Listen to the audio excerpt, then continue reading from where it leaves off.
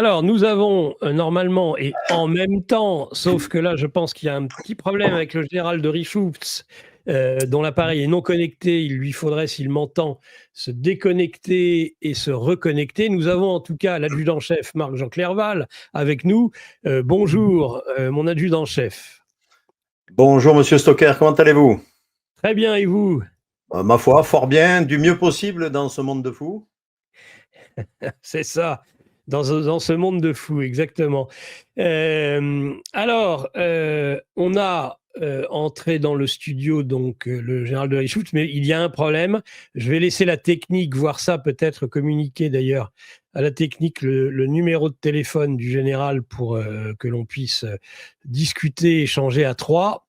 Néanmoins, on va commencer tout de suite et après je m'occupe du général. Avec vous, Marc-Jean Clerval, on a été heureux de vous avoir il y a quelques semaines maintenant sur le plateau de Mike Borowski, comme sur un certain nombre de plateaux. Vous avez marqué les esprits par le discours extrêmement fort qui est le vôtre.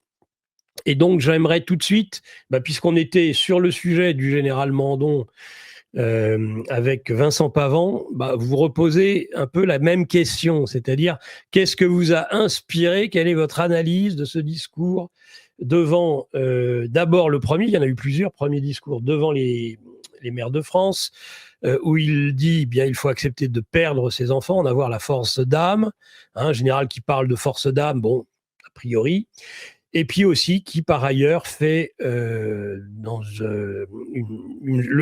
lendemain ou le surlendemain, une défense et une éloge de l'Union européenne en expliquant, là où on n'attend pas du tout un général chef d'état-major français, dire la France c'est trop petit, le bon cadre c'est l'Europe. Qu'est-ce que vous pensez en général des propos depuis quelques jours, quelques semaines du général Mandon, tout nouveau chef d'état-major interarmé? Écoutez, il y a beaucoup de choses à dire, hein. La première question que moi je me suis posée, c'est que faisait ce chef d'état-major en tenue militaire au Congrès des maires? Je pense que sincèrement, c'était pas sa place. Bon, il a été envoyé évidemment par le président chef des armées qui a confirmé derrière, mais ce discours était totalement lunaire et c'est ce qui m'a fait réagir, comme je l'avais fait lors de la conférence de presse du général Burkhardt au mois de juillet, à 3 jours du défilé du 14 juillet. Voilà, donc moi, le fait d'entendre un chef d'état-major qui parle de la force d'âme et pour pouvoir envoyer nos enfants se faire tuer sur un théâtre d'opération qui n'est pas le nôtre, hein, déjà, dans un premier temps, ça m'a particulièrement énervé, hein, comme beaucoup de gens. Il suffit de regarder les commentaires et puis tous ceux qui sont intervenus sur les différents plateaux pour en parler. Et la question, c'est au nom de quoi, pour quel agenda, pour quelles opérations extérieures, dans quel intérêt stratégique et au bénéfice de qui surtout? Voilà. Autre chose aussi, le militaire, il est astreint à un devoir de réserve, ce qui n'a pas été le cas pour le chef d'état-major des armées. Et je rappelle quand même qu'entre le président de la République, qui lui a certainement indiqué, intimé l'ordre d'aller dispenser ce discours auprès des maires, il y a quand même un maillon intermédiaire qui s'appelle le ministre de la Défense, ce que je sache. Et c'est plus le rôle d'un politique, éventuellement, de venir conditionner la population pour une éventuelle intervention sur un théâtre d'opération, et ça n'a pas été le cas. Alors, si vous le permettez, avant de continuer sur le général Mandon, je voudrais quand même un petit peu m'attarder sur justement le ministre de la Défense. Parce que cette dame, bon, moi, je ne fais pas d'attaque ad personam, hein. Cette dame, elle est sûrement très très bien, je ne la connais pas, je ne porterai pas de jugement de valeur sur la personne. En revanche, ce que je constate, c'est que ce ministre de la Défense n'a absolument aucune compétence dans le domaine militaire. Alors vous allez me dire, c'est le cas de pas mal de ministres des armées qui sont passés avant elle, à commencer par notre cher ministre, monsieur 1100 milliards de déficit qui est resté une journée. Bon, ça, je pense que c'est Oui, un record. C'est un record oui. historique, hein.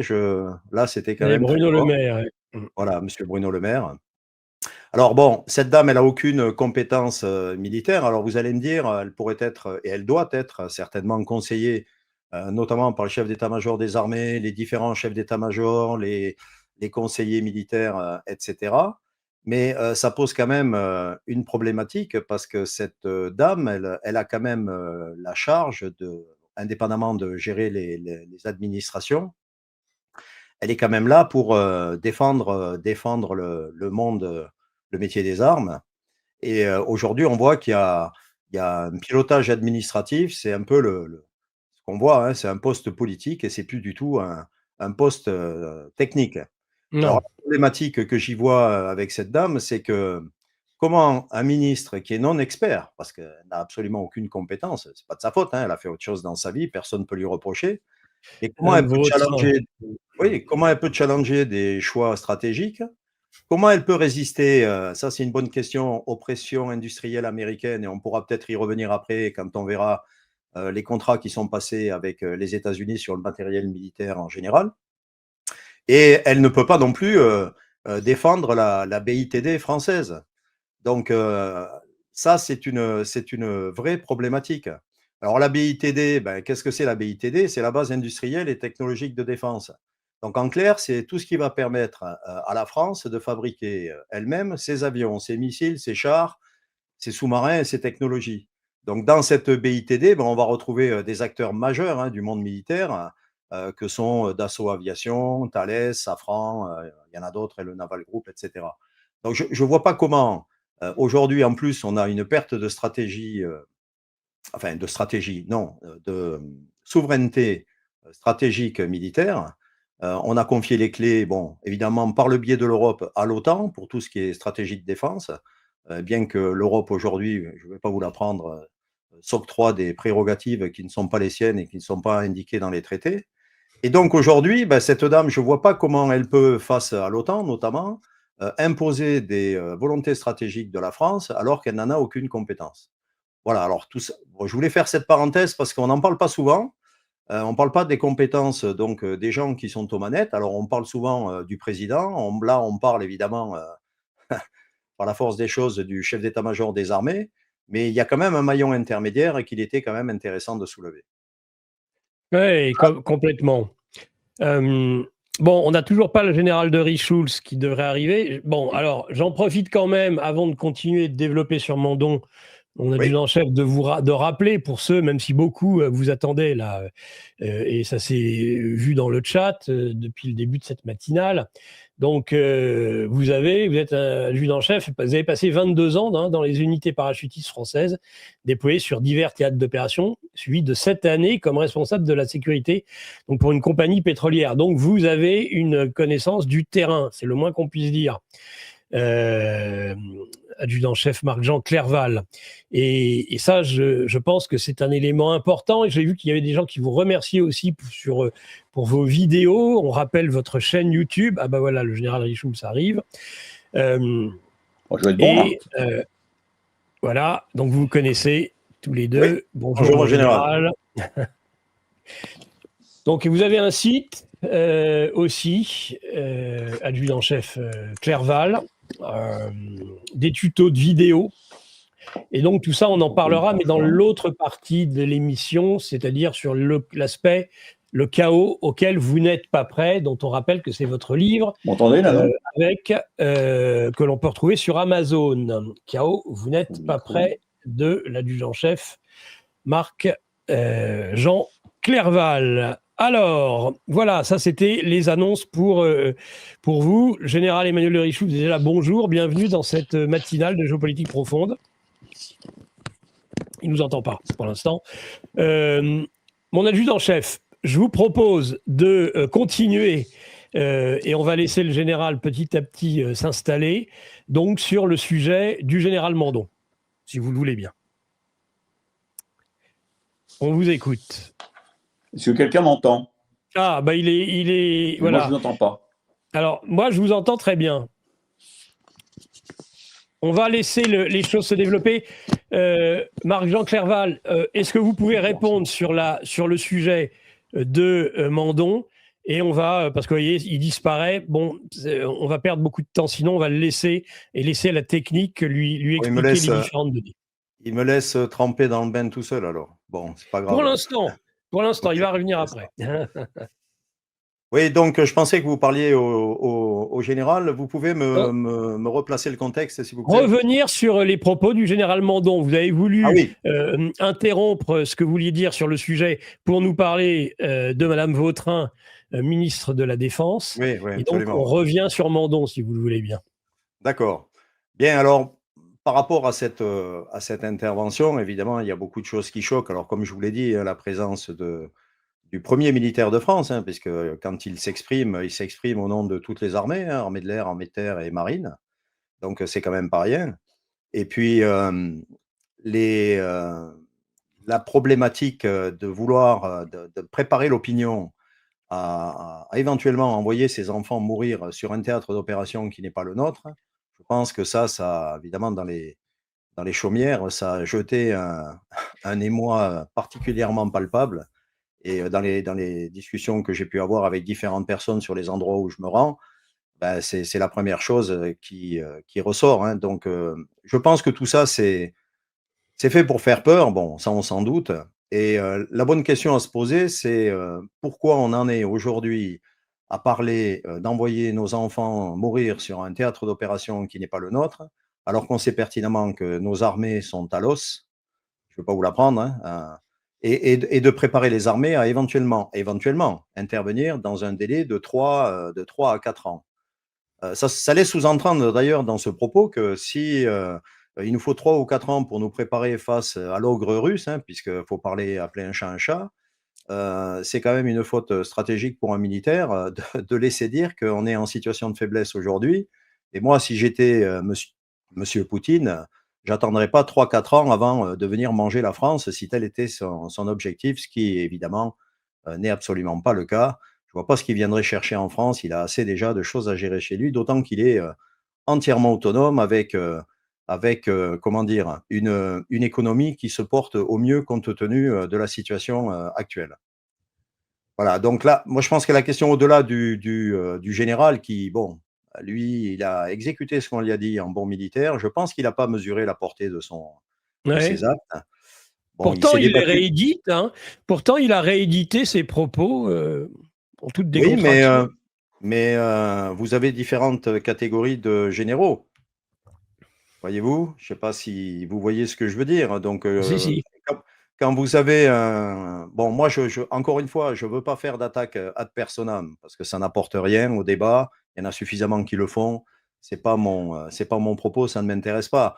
Mais je me pose quand même la question de voir un monsieur qui était colonel 5 barrettes et qui passe 5 étoiles en 3 ans et demi. Ça pose quand même question. Ah oui. Bon, si on récupère le général de Richouf, je pense qu'il aura peut-être quelque chose à dire sur le sujet, lui qui fait partie du monde des généraux, pas moi. Enfin bon, c'est un peu comme si on m'avait dit à moi, passer de sergent à adjudant-chef en 3 ans, vous voyez? Bon, j'aurais signé tout de suite. Ça n'a pas été le cas, hein, je vous le dis tout de suite. Bon voilà. Donc la première question, c'est ça, c'est qu'on a un militaire qui est dévoué à la cause, hein, et la cause, c'est celle que véhicule le président aujourd'hui. Ça me coûte même de dire le président parce que j'ai beaucoup de respect pour la fonction, je n'en ai aucun pour ce personnage. Mais Mm. bon, il porte la fonction, on va l'appeler comme ça, et il n'a fait qu'exécuter les ordres. Alors après, le fait qu'il ait réédité son propos, bah, je vous dis, quand vous n'avez pas trop de colonne vertébrale, vous exécutez comme. Bah, il doit tout à M. Macron. Hein. Ouais. La carrière, il lui doit, donc il exécute ce qu'on lui demande de faire. Voilà, je le ressens comme ça. Je vois pas comment. Bon, vous voyez un Pierre de Villiers, lui, il est parti. Il a dit ce qu'il avait à dire, il est parti. Bon, là, on voyait, on a une autre catégorie de généraux. Voilà, c'est un peu comme ça que je vois la chose. Adjudant-chef, vous êtes quelqu'un qui avait été sur des théâtres d'opération, qui avait été un militaire d'active, para, un ancien para. Donc vous savez de quoi vous parlez quand on parle de la guerre. Qu'est-ce que vous inspire ce président, justement, de la République, qui semble avoir une obsession particulière, un fantasme vis-à-vis de la guerre, hein, nous sommes en guerre, la menace existentielle, il y a chez lui quelque chose d'obsessionnel qui le pousse et le conduit à aller vers la guerre. En tout cas, si ce n'est lui, nous y conduire, nous. Et Oui, c'est le c'est vrai. cas avec l'Europe, avec la Russie. Qu'est-ce que vous avez à dire sur ce sujet, justement, d'un président qui aimerait être un guerrier? Ah! Bon, déjà, vous pouvez constater que la grande majorité des va-t-en-guerre, que l'on peut voir à droite à gauche, à commencer par le premier, le président, n'ont même pas fait leur service militaire. Donc, Non. je trouve quand même assez amusant, de se transformer en chef de guerre quand, on ne sait pas à quoi ça correspond et pour être allé sur des théâtres d'opération, je peux vous dire qu'il y a quelque ch il y a bien des choses bien plus rigolotes que ce genre d'expérience. Après, vous dire, qu'est-ce qu'il a dans sa tête, c'est difficile. Bon, certains le catégorisent comme psychopathe, c'est pas de moi, hein, c'était de, du médecin Un italien qui avait psychiatre, oui, oui, Zegatori, le psychiatre italien. Segatori, ouais, Segatori, qui a réédité d'ailleurs son son Oui, diagnostic. Bon en voilà, c'est pas le 2022. seul, même, monsieur Dupont-Aignan, j'ai entendu sur un plateau qu'il a traité de fou. Je pense que, il faut prendre un peu de hauteur par rapport à ça, pas rester, juste sur les analyses, de personnes. La bonne question, c'est pourquoi il fait ça? C'est la question que vous me posez. Moi, je vois bien déjà, nous n'avons plus de souveraineté. On l'appelle le petit télégraphe des États-Unis. Il est assujetti à l'Union européenne, qui est, vous savez, comme moi, une institution qui est gérée par des gens non élus et qui sont au service, des États-Unis. Je vous parlais tout à l'heure du matériel militaire, hein. Heu, si je fais une petite parenthèse, si j'ouvre une parenthèse sur le sujet, je vais prendre qu'un seul exemple, c'est le F-35 américain. Vous regardez les commandes qui ont été passées par, 6 ou 7 pays, on en est à 322, j'ai compté hier, hein, 322 F-35, en commande ou livrés. En France, on a 160, Rafale a priori, hein, enfin bon, les chiffres évoluent en fonction de la maintenance et des disponibilités, et cetera. Mais bon, vous voyez le ratio, si on était vraiment, en Europe pour faire vivre l'Europe et selon, le discours qui nous a été vendu au moment de Maastricht, on aurait 322 commandes de Rafale, à minima dans nos usines françaises. Donc, bon, l'attitude de monsieur Macron, pour moi, elle est claire. Il vise, très clairement un poste autre que celui de la France. Il n'a que faire de la France et des Français et quand il veut aller, se frotter, heu, à monsieur Poutine en Russie, il oublie quand même, enfin, je pense qu'il ne l'oublie pas, il le sait pertinemment, la guerre, il se trompe de front. La guerre, elle est en France à l'heure actuelle. C'est une guerre sourde et sournoise et pour laquelle, il serait bon de se poser, les bonnes questions et d'intervenir en conséquence. Nous sommes, à la limite de passer dans un narco-pays. Je pense qu'il y a bien plus à traiter de notre côté pour la sauvegarde de nos enfants qui meurent tous les jours, hein, je ne vous l'apprends pas, ça fait l'actualité tous les matins, plutôt que d'aller les envoyer se faire tuer, encore une fois, sur un théâtre d'opération qui n'est pas le nôtre.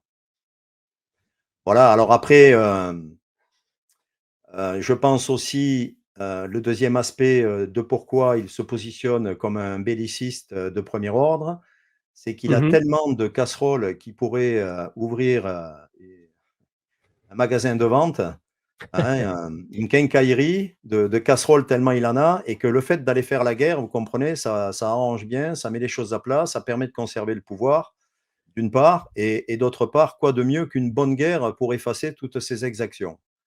Voilà, donc le jour où il va quitter le pouvoir, à mon avis, il devrait avoir, quelques petits soucis, d'ordre, juridique, pour lesquels il devra se justifier, et se justifier de l'injustifiable, ça va être compliqué. Mmh. Mmh mh. Alors, hem, l'idée de saboter en plus un processus de paix comme on peut le voir aujourd'hui, même s'il n'est pas le seul, les Européens, il y a Merz, il y a, Ouais. il y a Starmer, le Britannique, mais quelle est l'analyse géopolitique que vous faites de la situation? Puisque je ne vais pas vous poser des questions uniquement en tant que militaire, mais aussi en tant qu'analyste de géopolitique. Qu'est-ce que, comment vous, comment vous interprétez les négociations en cours? Ah ben, écoutez, c'est quand même extraordinaire, on a des gens qui veulent, la parce qu'il faut quand même pas oublier, vous en avez parlé, enfin, c'est monsieur Pavan qui en a parlé un peu avant, de la guerre des tranchées qui s'opère en Ukraine. En Enfin, il faut Ukraine. voir ce que c'est. Moi, j'invite, j'invite vos Oui. auditeurs à aller voir des chaînes qui diffusent, des vidéos sur place. Vous avez monsieur Jesse Gill qui a une chaîne qui est en connexion avec les Russes et les Ukrainiens, qui publie des vidéos qui sont assez parlantes. Il faut voir Oui. ce que c'est qu'une guerre de tranchées. Mais oui. Il faut vraiment voir ce que c'est. Les gens ne s'imaginent pas, parce que c'est bien joli de parler sur un plateau de télé, hein, et de vouloir aller faire la guerre quand vous écoutez des Zenthoven, des Tenzer, des généraux de plateau otaniens qui Ouais. invitent à envoyer les enfants, et qu'il faut faire la guerre parce que c'est important pour nous. Je vois pas en quoi c'est important d'ailleurs, on va y revenir. Moi, je les invite déjà de commencer. Vous savez, moi, ce que je ferais, j'organiserai un petit voyage déjà à Verdun avec ces gens-là pour aller leur faire Ouais. visiter les théâtres d'opération de Verdun. Je peux vous dire que ça va les calmer un moment. Et s'ils ne sont pas suffisamment calmés, ben, je leur propose, eux et leur progéniture, puisqu'ils veulent envoyer les nôtres sur place, à aller faire un petit tour dans les tranchées À russo-ukrainiennes Pokrovsk, pour par voir exemple. pour voir un petit peu comment ça se passe. Je pense que ils devraient changer rapidement leur point de vue et leur position sur le sujet. Bon, je ferme la parenthèse par rapport à ça. On sait vous savez, le fameux adage, hein, que ceux qui font la guerre, ce sont des gens qui se connaissent et qui envoient des gens se faire tuer qui ne se connaissent pas. Voilà, et qui n'ont rien C'est demandé ça. d'ailleurs, et qui n'ont rien demandé. Alors, ce qui est fantastique, c'est qu'il y a des efforts de paix qui sont engagés, notamment avec les États-Unis, entre les États-Unis et les Russes, hein. Bon, vous le savez, hein, il y a des accords de paix qui auraient pu être sur le point d'être signés, et on constate avec effarement que l'Europe, qui se prétend être l'Europe de la paix, s'évertue à continuer à faire la guerre.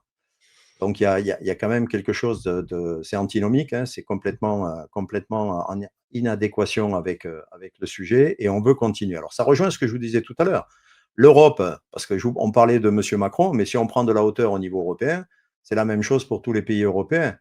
Si la guerre en Ukraine s'arrête, tout leur discours s'effondre, toute leur stratégie s'effondre, et l'Europe va s'effondrer. Qui, de toute façon, à mon avis, hein, ce n'est que mon avis, va s'effondrer d'une façon ou d'une autre, hein, puisqu'on est en train d'être tiers-mondisé à des niveaux stratosphériques, notamment sur un plan économique. Et je pense que le déclencheur, de toute façon, je le dis à chaque fois, c'est le syndrome du frigo vide, hein. Quand les gens n'auront plus rien à manger, je pense que là, il y aura un réveil douloureux, certes, mais il y aura Ah un oui, réveil de ce côté-là.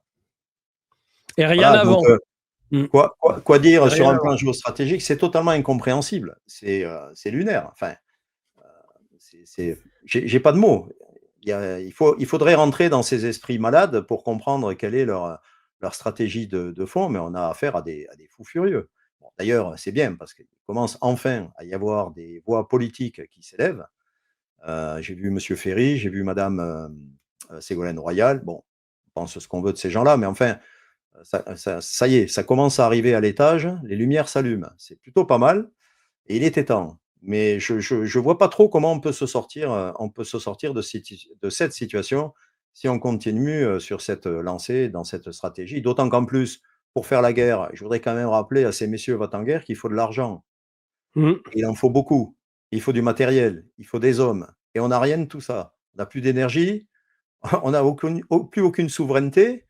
Il y en a, enfin, il y a 7 souverainetés, hein, donc on n'en a plus aucune, que ce soit la souveraineté alimentaire, énergétique, monétaire, en plus, monétaire, stratégique, militaire. Toutes les souverainetés, on les a perdues. Nous sommes devenus les vassaux d'une Europe qui elle-même est vassale des États-Unis. Il serait peut-être temps de se réveiller, oui. Ouais, il serait peut-être temps de se réveiller. Il y a des espoirs de paix, ceci dit, aujourd'hui. En tout cas, dans le cadre des négociations avec les États-Unis. Oui, c'est que des espoirs, hein, pour l'instant. Oui, et oui, mais et je vous dis, ce sabotage, cette tentative, cette volonté de saboter de la part des Européens, c'est ça qui est le plus surprenant. Non, mais ça a commencé dès le début. Bon, une affaire extraordinaire, hein, qui n'est toujours pas. Alors, c'est pas qu'elle n'est pas résolue, c'est qu'il y a une vraie volonté de la laisser sous le tapis. C'est l'affaire des pipelines russes. Je bouffe le nom là. Sur les pipelines, les Nord Stream. Voilà, Nord Stream 2, sur Nord Stream 2. Enfin, c'est Mm. quand même ahurissant ce qui s'est passé là. Pas d'enquête, pas de recherche. Alors, on nous a trouvé 2 pêcheurs ukrainiens qui était parti faire de la plongée à plus de 100 mètres de profondeur, évidemment. C'est normal. Moi, je suis plongeur, j'ai un niveau 2 de plongée. Je peux vous dire que plonger à ces profondeurs pour aller opérer une opération de cette envergure, c'est pas le pêcheur du dimanche qui y descend. Mais bon, enfin, ça, c'est encore un autre débat. Et là, c'est pareil. On a fait sauter ce pipe qui nous amenait de l'énergie pas chère des Russes. Aujourd'hui, prix de l'électricité, prix de l'énergie en général qui explose, les entreprises qui font de les-plombs, ceux qui ont de l'argent qui partent à l'étranger. Enfin, on a une espèce de… C'est l'effet papillon. On est en train de littéralement détruire la nation, qui est quand même extrêmement mal en point, et on vous parle d'aller faire la guerre sur le front russo-ukrainien. Enfin, il y a quelque chose qui est totalement incohérent. C'est pour ça que je vous dis, dire le pourquoi du comment, c'est difficile, parce que moi, j'essaye quand même de rester cartésien, pragmatique, et là, je ne vois pas la cohérence. Il n'y en a pas. Il n'y en a pas. Il y en a pas. Et alors, une petite parenthèse aussi, parce que Oui. il y a quelque chose qui m'étonne un petit peu. Alors, évidemment, suite à mes vidéos depuis le mois de juillet, j'ai été convié à quelques conférences à participer pour donner mon avis sur différents sujets, ce que je fais bien volontiers, il n'y a pas de souci. Mais je me suis aperçu que dans toutes les réunions où j'ai pu me rendre, c'est des gens qui ont en gros 50 ans et plus.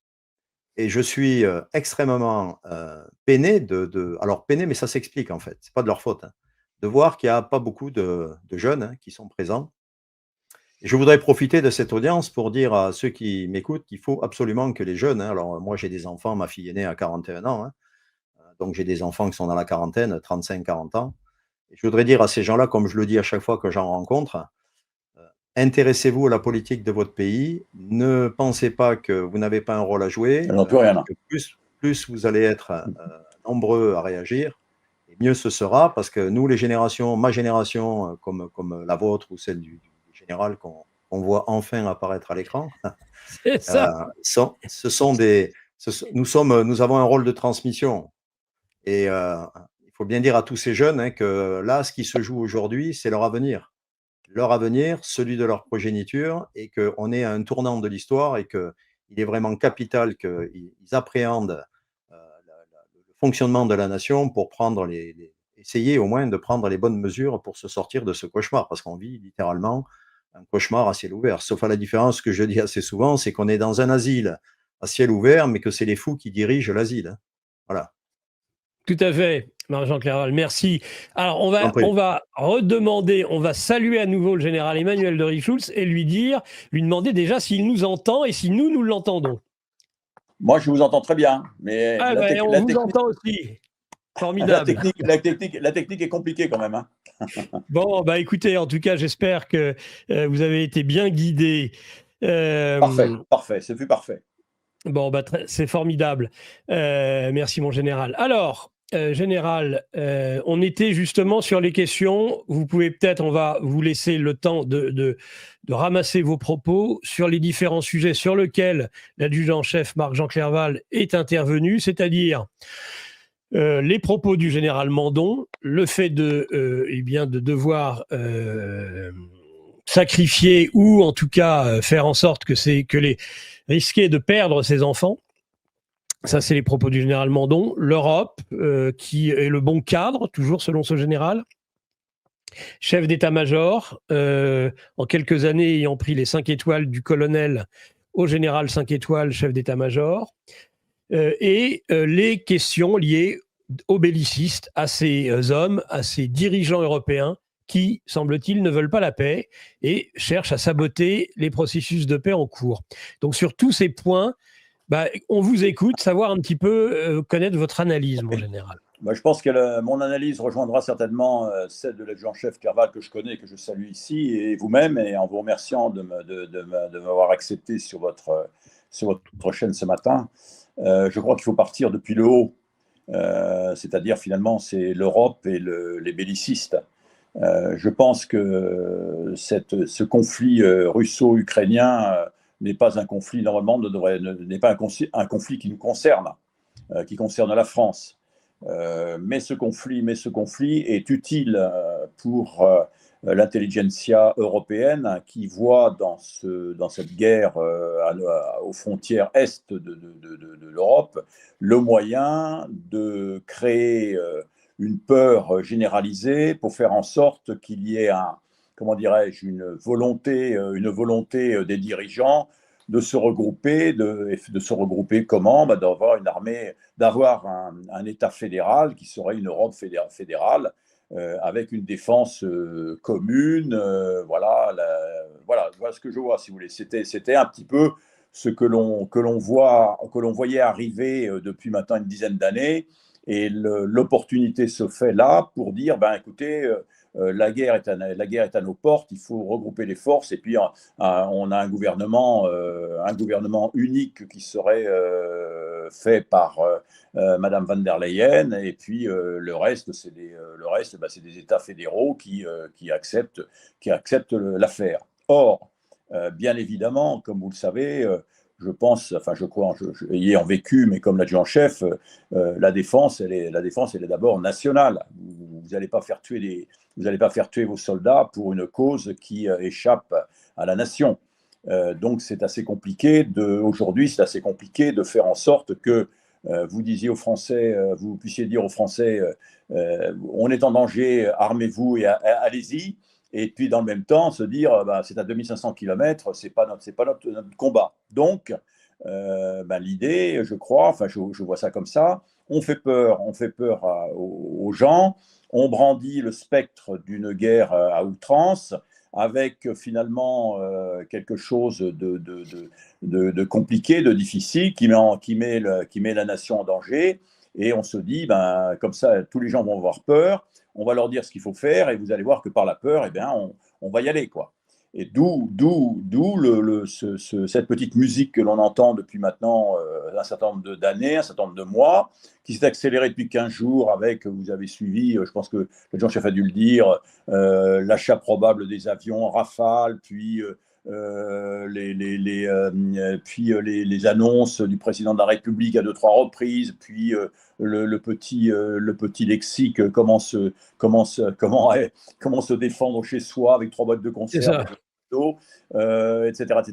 Et puis l'allocution du général Mandon, chef d'état-major des armées, qui pour ma part, si vous voulez, de mon point de vue, outrepassait ses fonctions, puisque normalement le chef d'état-major des armées, il est là pour mettre en œuvre les forces armées, mettre en œuvre les forces armées, sous la houlette du président de la République, qui a normalement au Conseil de défense à l'Élysée, qui est un conseil de défense qui est secret avec le chef d'état-major, un certain nombre de ministres, trace la route pour les années à venir. Voilà.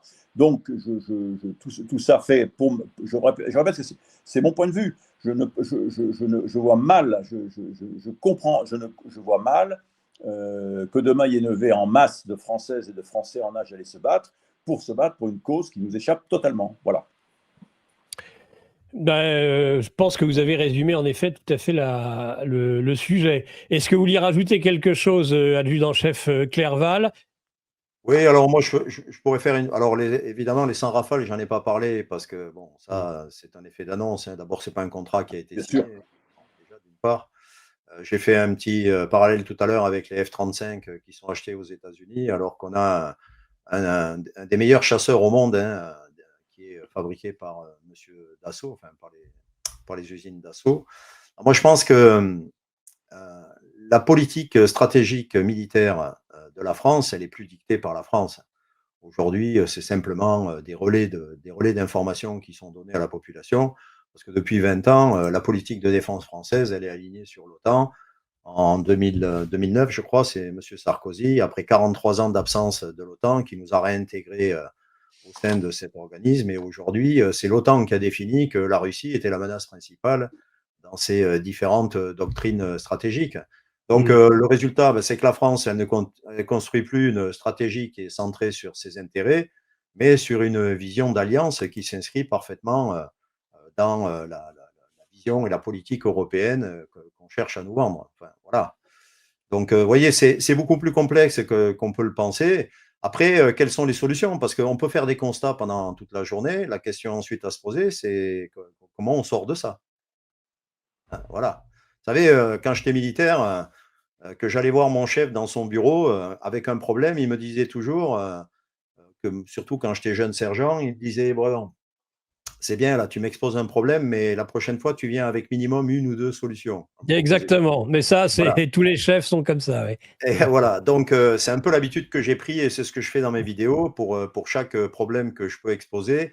J'essaye, hein, dans la mesure de mes possibilités, d'apporter des solutions. Voilà. Donc là, les solutions à ce niveau-là, ben, elles me dépassent, hein, largement puisque je ne suis pas un décideur en la matière, mais elles paraissent assez évidentes, notamment dans les discours qui sont donnés aujourd'hui par les uns et les autres, hein.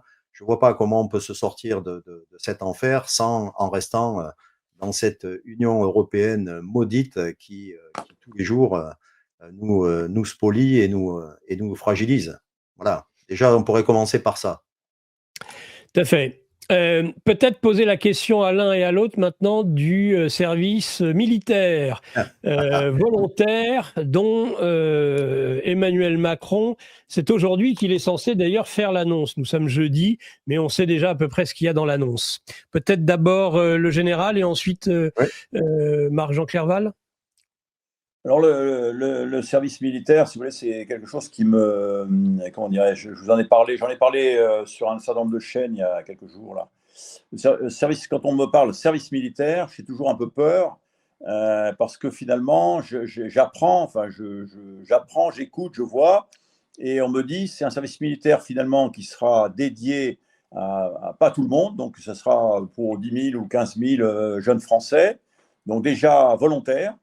Donc déjà, ce n'est pas tout le monde, vous voyez ce que je veux dire. Donc quand vous voulez défendre un pays, si vraiment le pays est en danger, je pense que toute la jeunesse, tout le monde doit être concerné. Je vois pourquoi il n'y aurait que 15 000 Français, jeunes Français qui soient concernés. Ça, c'est le premier point. La deuxième chose qui me choque, c'est que pour aller se battre, il faut que l'arrière tienne, comme l'on dit. Donc pour se battre ou pour aller sur un théâtre d'opération lointain, si l'arrière est composé d'un certain nombre de menaces ou de dangers qui se traduisent au quotidien par des coups de poignard, des meurtres, des attaques à la Kalachnikov, des règlements de compte, etc., je pense que l'arrière n'est pas prêt de tenir. Et je me dis, donc c'est bien quelque chose qu'il faudrait faire, qu'on a un service, non pas un service militaire, mais tout d'abord un service national qui engagerait l'ensemble des jeunes Français, l'ensemble, toutes classes confondues, toutes classes d'âge confondues, tout quartier confondu, pendant une période donnée qui serait pour ma part une période courte, d'ordre de 3 mois, qui permettrait un brassage utile entre ces différentes classes d'âge, entre ces différents Françaises et Français. Il ne s'agit pas de porter de l'armement, il ne s'agit pas d'avoir de l'armement, il s'agit d'avoir quelque chose de rustique, de sportif, d'encadrer, bien sûr, ça, on commencerait doucement, avec un encadrement, bien sûr, militaire, ou du moins avec militaires qui pourraient être des militaires d'actifs, mais des militaires de réserve. Et au bout de c'est un creuset, et au bout de ces 3 mois-là, à ce moment-là, on pourrait dire, en fonction de ce que disent, en fonction, j'allais dire, de l'observation des cadres qui encadrent donc ces jeunes, pourrait dire un tel peut aller est volontaire pour partir rentrer comme militaire, et à ce moment-là, on aurait une voie qui conduirait les gens à faire une formation purement militaire pour rentrer dans les forces. Une deuxième voie pourrait être celle de la réserve. Au lieu d'avoir des gens qu'on recrute comme ça et qu'on forme tous les mois pendant une année tous les mois, là vous pourriez avoir une formation de réserve de 1 mois ou 2 mois, je ne sais pas combien ça prend, bloquée, et ces gens seraient réservistes opérationnels. Et puis la troisième voie, c'est la voie normale, c'est-à-dire que les gens auront fait leur creuset là, de vie commune pendant 3 mois et partiraient ensuite pour se former, pour retourner à l'école, en formation, à l'université, etc. Voilà.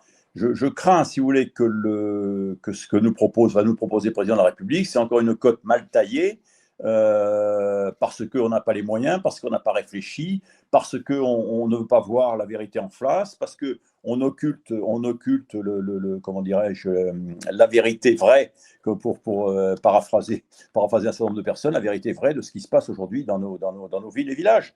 Voilà. Moi, voilà, je ne suis pas favorable j'allais dire, à quelque chose qui n'engagerait qu'un minimum de Français volontaires. Bon. Très bien, mon général, merci. Je rappelle, le général Emmanuel de Richultz est vice-président de Place d'Armes. Voilà, donc mon adjudant-chef, c'est votre tour. Oui, j'allais vous demander si je pouvais rajouter quelque chose. Ah non, mais c'est votre tour. Allez-y. D'accord, bah, c'est gentil. Bon, c'est comme à confesse, c'est chacun son tour. Bon. Voilà, même question, même punition. Exactement. Et pas même réponse, par contre. Si vous voulez, bon, moi j'entends parfaitement les propos du général et j'adhère totalement à ce qu'il dit, mais je voudrais quand même qu'on revienne à quelque chose de plus fondamental et de plus pragmatique, c'est le problème structurel aujourd'hui des armées. Ah oui, Parce que pour pouvoir mettre en place ce service national volontaire, il faut déjà regarder comment est structurée l'armée aujourd'hui. Elle est sous-dotée en effectifs, elle a des réserves qui sont insuffisantes, hein, et voire même du matériel obsolète ou en flux très tendu, puisqu'on en a donné très généreusement à M. Zelensky. Alors, ce que je trouve quand même incroyable dans cette histoire, c'est qu'on va proposer un outil civique et éducatif, alors que le problème, il est militaire et capacitaire. Donc, on supplante une problématique par une autre. Alors, il peut y avoir un risque de dérive à ça, hein, donc une militarisation symbolique d'une jeunesse qui n'est déjà pas intégrée économiquement, hein, compte tenu du marasme économique actuel. Et moi, je dirais simplement qu'avant de mobiliser la jeunesse pour un service national volontaire, encore faudrait-il avoir un pays à lui proposer. Non, mais non, mais, non, mais je suis tout à fait d'accord. Je veux dire, simplement, ça, j'ai des idées. Je pense que c'est ça, c'est ce vers quoi il faudrait tendre. Bien évidemment, une classe d'âge, aujourd'hui, c'est 800 000 jeunes Françaises et Français. Il est évident qu'on va absorber 800 000 jeunes Français comme ça, un coup de sifflet bref.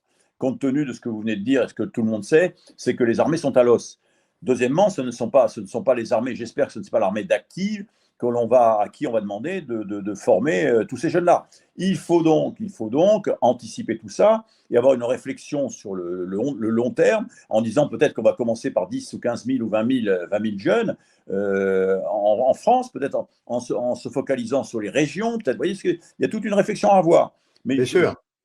Mais je vous dis, je reste persuadé que si on rate le coche de ce creuset citoyen pour ces jeunes Français qui sont complètement, vous voyez comment c'est, on la ramasse, ils sont perdus, on leur offre rien, et vous avez raison, la République, la France ne leur offre rien actuellement. Donc je crois que c'est très important. Il faut démarrer la pompe. Après, je vous dis, j'ai un exemple, c'est assez enfin, j'ai un exemple. Vous allez me dire que c'est un mauvais exemple. J'ai beaucoup lu, j'ai lu ce qui s'est passé en France pendant le deuxième conflit mondial. La défaite a été cuisante et catastrophique en juin 40, et déjà en juillet 40, devant comment dirais-je, devant la pagaille qu'il y avait, une jeunesse qui était démobilisée, à la fois moralement et physiquement. Il y avait des gens comme démobilisés, ils étaient perdus, ils rançonnaient les voyageurs, ils rançonnaient les Français, ils allaient dans les villes, ils chapardaient, etc., etc. Le gouvernement de l'époque a décidé de créer les chantiers de jeunesse. Et ça s'est fait au mois de juillet, vous vous rendez compte, en juillet. Et je regardais de près parce que je me suis dit, finalement, ce qui s'est passé en 40, ce que se passe aujourd'hui, c'est un petit peu ce qui s'est passé en 40, c'est-à-dire une jeunesse démobilisée qu'il fallait regrouper parce que sinon ça allait partir à volo. Et puis, quelques chefs ont décidé de dire, on va les regrouper, on va faire un peu, non pas du scoutisme, mais ça se rapproche un peu, on va être rustique, on va mettre le mât des couleurs, on va leur faire monter des tentes, on va faire quelque chose de... Et curieusement, en 2 ans, parce que ça a duré que 2 ans cette affaire, en 2 ans, il y a 500 000 jeunes qui sont passés quand même dans les rangs, dans les rangs, et curieusement, et j'allais dire heureusement, ces jeunes-là ont fait quoi? beaucoup sont rentrés dans la résistance, donc on les avait préparés moralement, ils sont rentrés dans la résistance. D'autres ont rejoint les armées françaises lors du débarquement, puis dans la vallée du Rhône, etc. Et puis les autres, eh bien, sont partis, comme je le disais, travailler. Vous voyez ce que je veux dire? Alors, il ne s'agit pas de recopier ce qui s'est fait, mais je pense qu'il y a lieu de réfléchir à ces questions-là, parce que ça me semble capital pour cette jeunesse. Voilà. Bon, moi, je suis d'accord avec vous, hein, mon général, mais autre temps, autre mœurs. La problématique aujourd'hui, elle est mondialisée. Moi, j'ai des idées, vous savez, j'ai pas mal d'idées, mais pour ça, il faut réfléchir, il faut se mettre autour d'une table. Il ne faut pas décider d'un coup de sifflet bref en disant demain, on va faire 15 000 militaires de plus. Moi, je pense que ce n'est pas, comment dirais-je, c'est donner une très mauvaise idée de ce que peut être la défense d'un pays. Voilà. Oui, mais j'entends bien tout ça, mais c'est vrai qu'il faut prendre en compte le contexte actuel. Et vous voyez, regardez les jeunes aujourd'hui, qu'est-ce qu'ils font? Ils sont diplômés en France et qu'est-ce qu'ils font? On les incite à partir à l'étranger pour plein de raisons, hein, notamment économiques. Hein. Oui, sociales, sécuritaires. Mais d'accord, mais ils partent. Mais s'ils avaient ces 3 mois ensemble, vous avec Auteuil, Neuilly-Passy, avec les Minguettes, etc. Vous regroupez tout ça. Oui, bien sûr, mais d'accord, j'entends. Il y a des choses, voilà. Mais ça se réfléchit, ça se pense. Vous voyez, on a des tas de choses à faire. Il y a des tas de moyens à mettre en œuvre. Alors ça demande un travail. C'est pas comme ça un coup de sifflet bref. Hein. Je veux dire, c'est pas. Je prends pas le micro. Je vais dire, on fait ça demain matin. Hein. Il faut réfléchir. Oui, mais je pense qu'une progressivité sera nécessaire de toute manière, et on en retirera certainement quelque chose de bien. Bon, mais il faut une vraie volonté politique et surtout. Ah oui, bah ça, on est d'accord. Une volonté et du courage. Alors là, c'est les courage et de l'argent. Et là, ça se complique. Ouais. Le courage, le courage et la volonté, ce sont les 2 mamelles de nos politiques, ils n'ont pas. Hein. Ouais. Bah, au moins, les choses sont claires. Voilà. Si vous avez terminé ce débat, moi, je reviens sur des éléments déjà.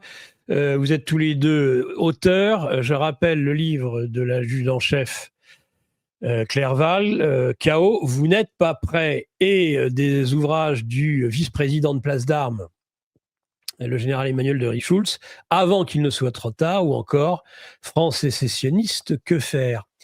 Cette notion de chaos, cette notion de que faire, est-ce que vous pourriez nous en dire quelques mots? Est-ce que c'est quelque chose qui nous pend toujours au nez?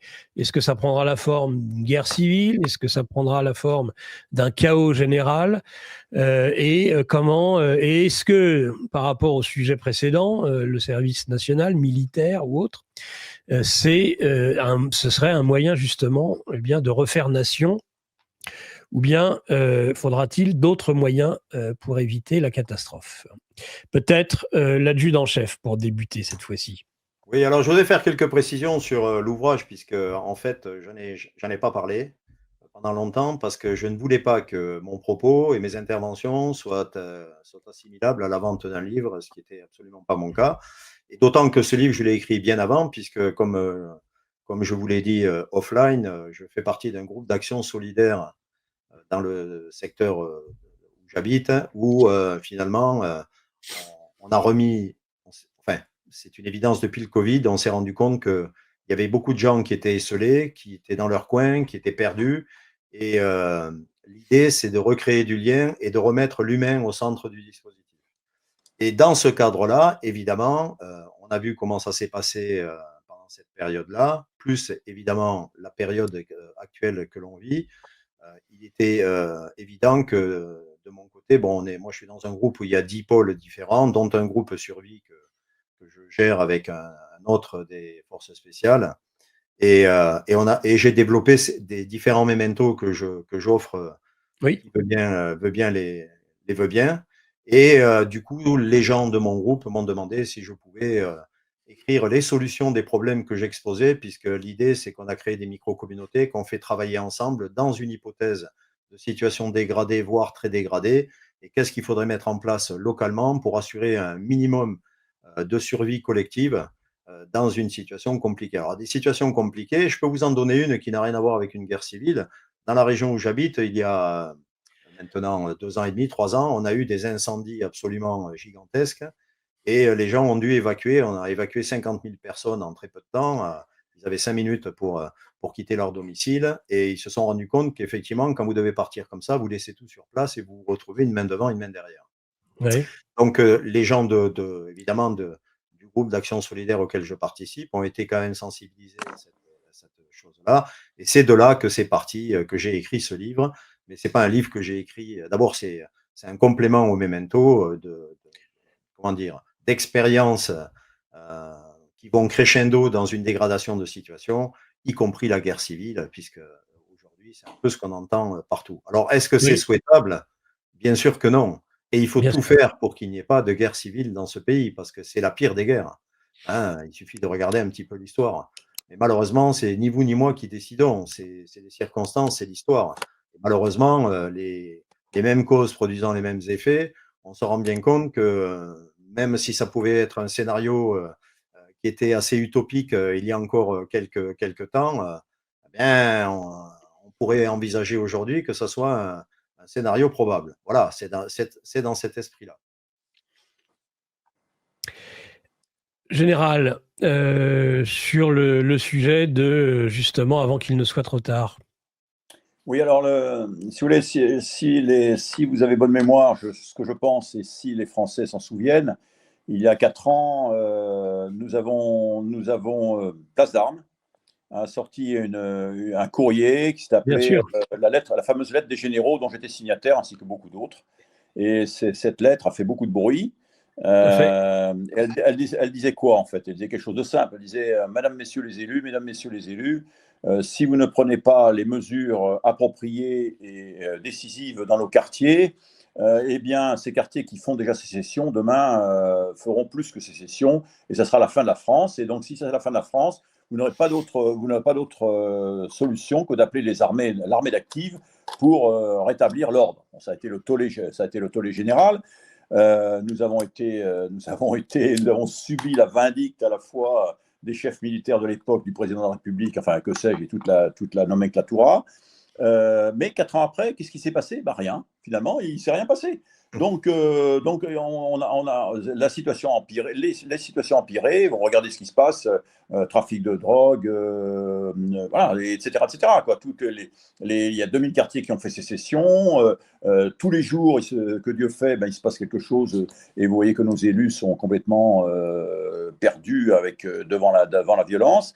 Et donc, à ce moment-là, je me suis dit, c'était en 2022, je me suis dit, bon, il faut que je fasse quelque chose. Donc, j'ai écrit ce fameux petit bouquin avant qu'il ne soit trop tard et que nous avons adressé à l'ensemble des partis politiques, enfin des politiques qui se présentaient aux élections présidentielles de 2022.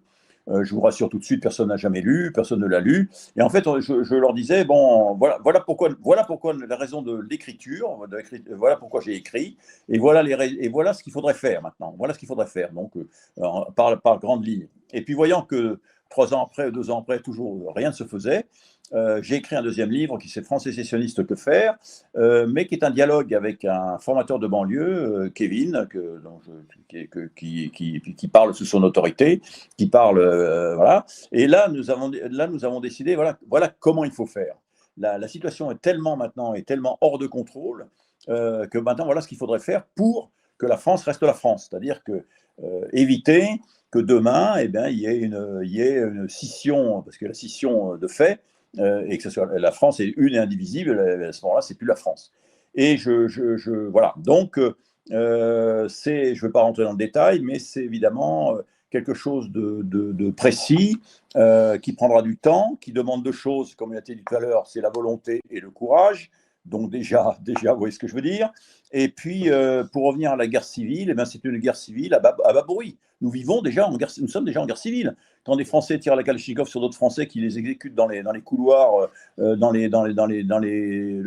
les jours, pour moi, c'est déjà la guerre civile. D'autant que je ne suis pas le seul à le dire. Hein. Il y a une guerre civile à bas bruit qui se fait. Donc, voilà. Alors pour la petite histoire un peu triste de cet ouvrage que j'ai écrit, que nous avons écrit à deux mains, eh bien, quand vous voyez que ce qui est passé à Marseille il y a quelques jours, où il y a un jeune Français qui a été exécuté pour faire pression sur la famille et pression sur les autres, eh bien, sachez que Kevin en question a été sauvagement agressé juste quand le livre, on avait terminé tous les deux notre ouvrage, non pas parce que il avait écrit, mais parce qu'il était menacé. Lui aussi, hein, c'était un formateur de banlieue qui se décarcassait pour sortir les gens de l'ornière, les sortir des griffes des trafiquants, les ramener dans le droit chemin, c'est-à-dire dans le chemin de la France. Et il a, depuis 2 ans, il lutte contre, voilà, je l'ai rencontré, je suis allé à l'hôpital l'autre jour le voir. J'ai été très peiné. C'est quelqu'un que j'apprécie beaucoup. Et il lutte pour retrouver sa motricité, quoi. Donc voilà. Pour vous dire tout ceci, que on parle de guerre civile. Les gens répugnent à parler de guerre civile. Et moi, je vois que les gens qui sont dans le sérail et qui essaient véritablement de faire quelque chose pour nous, pour la France, pour le drapeau bleu, blanc, rouge, eh bien, sont menacés de façon constante. Bon, écoutez, messieurs, ça va être le moment de la conclusion. Il est déjà 9h30, 1 heure passée ensemble. Adjudant-chef Clerval, peut-être. Un mot de conclusion? Oui. C'est pas gagné, hein? Non. Non, mais si vous voulez, si je rebondis sur ce que vient de dire le général de Richouf concernant cette affaire, vous avez vu l'attitude du député LFI qui s'est revendiqué des aides sur cette affaire. C'est absolument immonde.